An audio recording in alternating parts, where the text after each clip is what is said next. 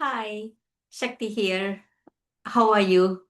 I welcome you to my fifth and final part of my series on pitfalls of modern day meditation and bridging the gap. Y- you must have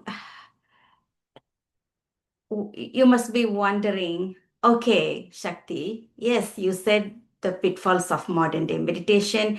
It induces anxiety for some people, and why it induces it, and the scaffolding that's needed to strengthen the nervous system, and what is the full potential of meditation. So, where do I start? What do I do? So this final part is a general outline of what you can do or what you can understand where you are in the meditative process, and some kind of a guidance. There is no scriptural background to this transmission. This experience is just what I have been observing in myself, and making it as um, a seven-step process. It's not a step actually, but that's a limitation of the language. Either you call it as a seven-step process or seven layers, beyond a point, it really doesn't make a difference. And no one can stay in one step. When I say no one, there are people, so I'm not disrespecting. I realize, recognize, and respect those who are in that um, pure awareness all the time. And I have seen many people. So let's say, um, for common people like you and I, let's say that, we are moving between different states of our consciousness. Our consciousness is a continuum from unconsciousness to, let's say, super consciousness, similar to being insulated to a superconductor. And whatever I'm suggesting here is not a guidelines, it's not a doctrine, and it is not a rigid structure that you have to follow. It's just a rough pointers to understand how you can progress in your meditative practice and understand whatever is happening inside you from the mind point of view. There are two different things. Probably by this time, whatever happens inside of us has nothing to do with the mind. So to give a verbal description, to give some kind of a meaningful, um, tangible, description, feeling to it, you can use this as a guidance. Okay. Um, if you are a beginner, I would strongly suggest that you dedicate a particular time and a space to start your meditative practice. Create a space, a corner, a nook in your house, a mat, a cushion, a candle, maybe flowers, um, some kind of a different environment. The moment you see that space, or you know that space, or you go to that space, your body and mind is tuned to meditation in the long term. And also create a dedicated time. Don't randomly choose different time of different days. Every day, 5 o'clock in the morning, or 10 minutes before going to bed, or something like that, whichever is most suitable to you. So the place and the time are to condition the body and the mind. It has nothing to do with the actual practice, but you need some kind of anchoring.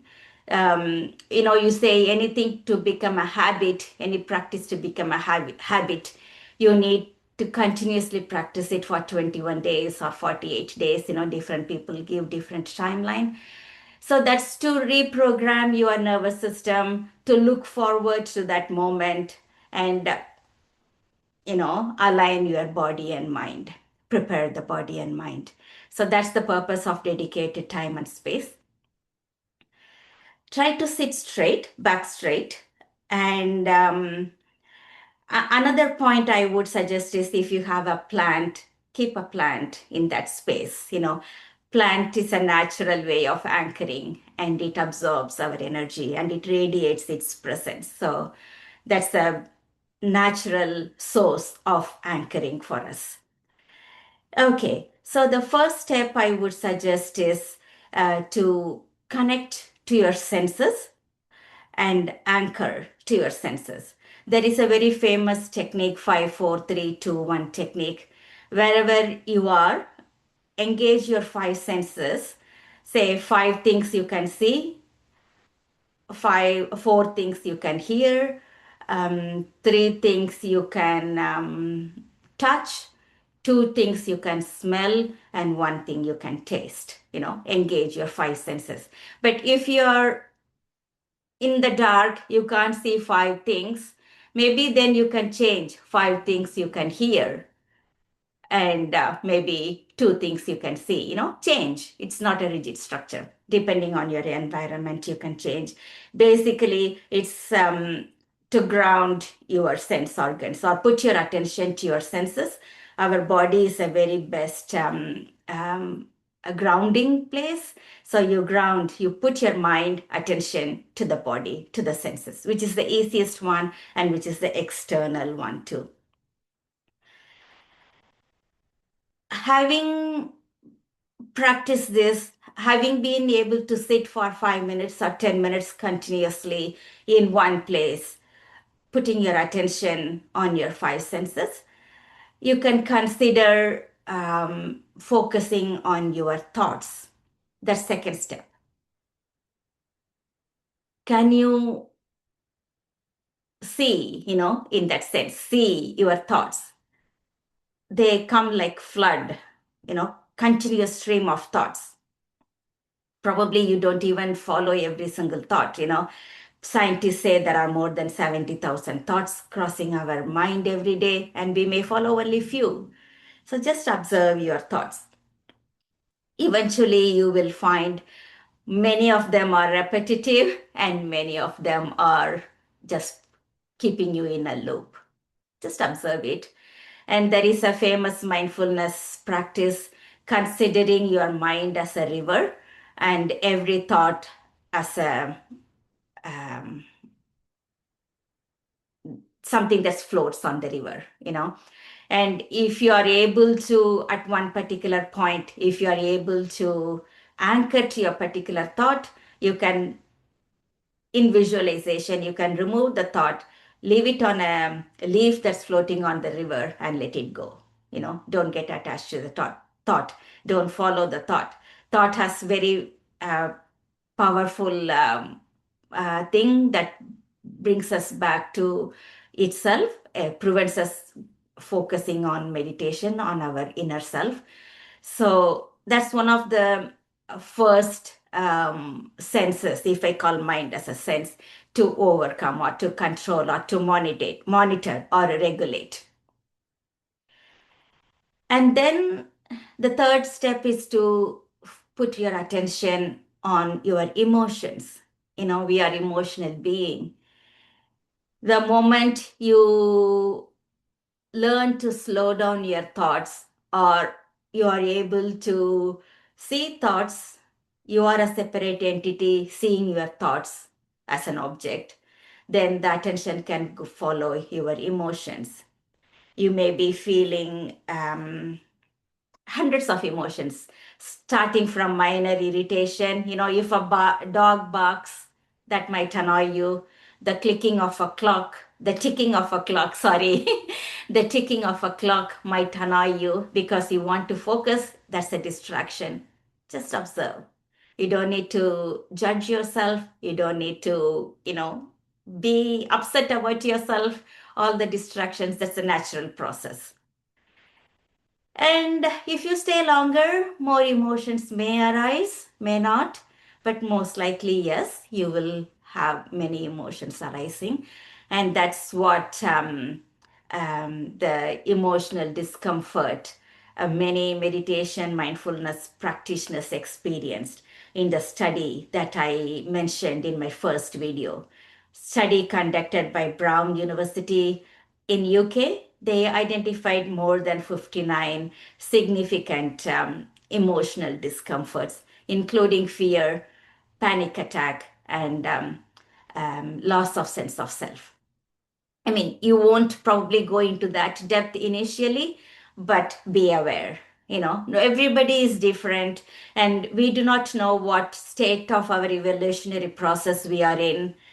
And no one can tell you what's happening inside you. Your own self may not know how much you have buried and how much is the suppressed, repressed emotions. All those things are unconscious and subconscious. So just be aware of it, and be gentle to yourself. If any feeling is distressing and is uncomfortable, just open your eyes and dis- shake it off. Don't have to continue to stay in that discomfort state initially. That's the third step. And the fourth layer or step is, if you have been practicing these first three steps long enough, at one point you will be able to see a gap between two successive thoughts. 70,000 thoughts, say approximately, slowing down, and eventually the gap is perceptible. I like the analogy what Eckhart Tolle gave. You are like a cat sitting in front of a hole through which a mouse can come out any particular time. So you are vigilant, looking at the hole, expecting the mouse to come, poke its head out. So that level of vigilance, you are fully paying attention to your thoughts, and you realize there is a gap between two successive thoughts. Up to step 1, 2, and 3, psychology has well-defined, well-studied parts. You can study the brain waves, alpha, beta, gamma, everything, and say what wave is active, how long, and so on. There is a defined, well-studied parts in psychology, step 1, 2, and 3. But step 4 onwards, there is no scientific study. It cannot be studied at the moment. Maybe in the future we invent tools to identify how the gap feels like, something to measure the gap. But as of now, there is no measurement, and people, it's 100% subjective. If you say I'm sitting in the gap between two successive thoughts, people might laugh at you. What do you mean? When I say I have been in very close circle, when I said, the whole day went by, I'm just sitting in that stillness, they say, what do you do? The life functions. I'll explain that in step 7. But anyway, you recognize the gap between two successive thoughts. And if your attention is focused enough, you can stay in that gap, and the gap widens. And that is, to my understanding, step 6 of the Ashtanga Yoga, dharana, your one-pointed concentration, attention. And then I lost the count of steps. Step 5 is the expanding the gap between the thought. You will be moving between your sensory perception. You may feel itchy, or the seat is uncomfortable, or the weather is too cold, or it's too hot. All those things you will perceive, and you may react and respond to that. It's absolutely normal. We are, after all, human beings. Let's respect the humanness of our human being, and take everything along with this. There is no separation, there is no isolation, there is no rejection. Everything is accepted and included. And that gap between two successive thoughts can expand, and it can expand a few seconds, few minutes, time is not perceptible. You can't measure it, I suppose. To the extent that, you may stay days together in that stillness. And that's the entry point where, through which um, many of the unresolved emotions might again come up for resolution, for integration. This is another aspect I think people who experience discomfort in that research probably are feeling. Um, at this point, you might have a good cognitive fortitude. That means mental strength to stay with your discomfort, stay whatever arises without judgment, without criticism. Stay only as long as you can. The moment it becomes overwhelming, break free of it. You don't have to follow the emotion afterwards if you don't want to. Always keeping a journal, self reflective journal, is useful because if it is not resolved, it's more likely to come up again. So, um, to follow it up. Um, Again, nothing is hard and fast rule. They are all just guidelines depending on your evolutionary state, your cognitive attitude, fortitude, your emotional resilience, and your dedication, your willingness, how far you want to go. Everything 100% subjective, what you want to do and how you want to proceed. This is step 6. And in my experience, step 6 was the longest. The emotional detox I mentioned in my first video was very excruciatingly painful, and it lasted for several years, 6 to 7 years. If I could recall. I don't remember the details of it because the moment you come off it, the past becomes like a dream. Or in modern day, people talk about changing the timeline. So those events that passed, um, I don't have much memory of it.